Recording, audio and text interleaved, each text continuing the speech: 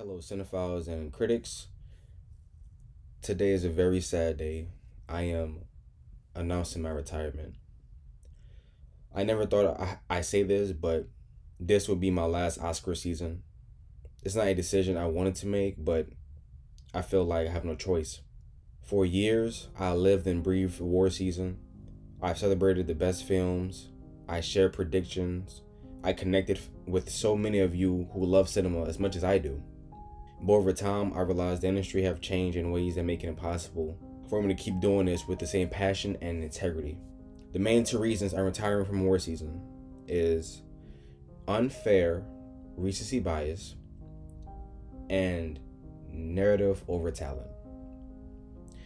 Recency bias is when voters and audiences prioritize films released closer to award season, often forgetting incredible work from earlier in that year. Here I have a chart showcasing the Oscars Best Picture winners over the last 90 plus years. Left is the films that released in the first 6 months of the year, and the right side is the films released in the last 6 months of the year. Total of 96 Best Picture films, and 69% of them released in the last 6 months. Folks, the numbers don't lie. You have nearly a 70% chance of getting into award season nominations and award shows, depending on your release window. However, I'm aware that films that are truly deserving just so happen to release in the last 6 months window. But that's the problem itself. It's a unfair and flawed system. Hollywood and producers picked up on this formula, and they are fighting each other just for those last 6 months slots, just for award season buzz. Do I blame them? Of course not.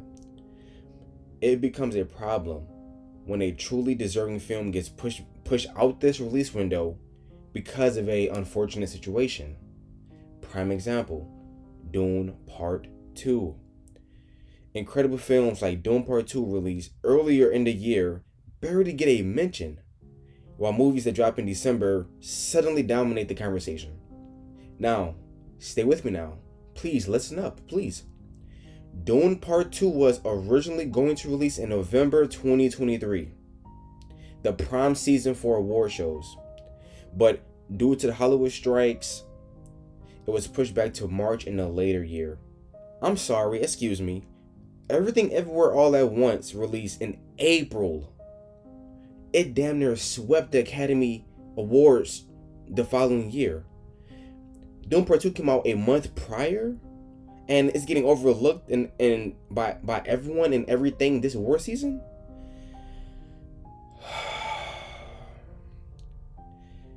I have to move on to the next reason before I get fired up about this. Denny, you made a masterpiece of a film. We truly don't deserve you. It feels like the timing of a release matters more than the quality of a film. And that's frustrating as someone who values cinema as an art form. Reason number 2, narrative over talent. It's not just about the best performance anymore. It's about the story surrounding the actor or filmmaker, whether it's a comeback, an overdue win, or a viral campaign. There are times when performances that should have swept awards were ignored because the narrative wasn't compelling enough, while others won simply because they had the right story behind them. I bring this up because Hollywood recently, probably for the past 40 years, loves stepping on toes, and they forcefully add diversity when it suits them best. I'm all aboard for having a diverse talent across nominations, everything across the board. But if that person isn't the best that year, then so be it. When I look at nominees for whatever category, it should be viewed as who has the best performance. It don't matter the race, the sexuality, the gender, the background, none of that shit matters. What matters is recognizing a deserving person who delivered an unparalleled performance. For the past 100 years, women have been consistently snubbed in Hollywood.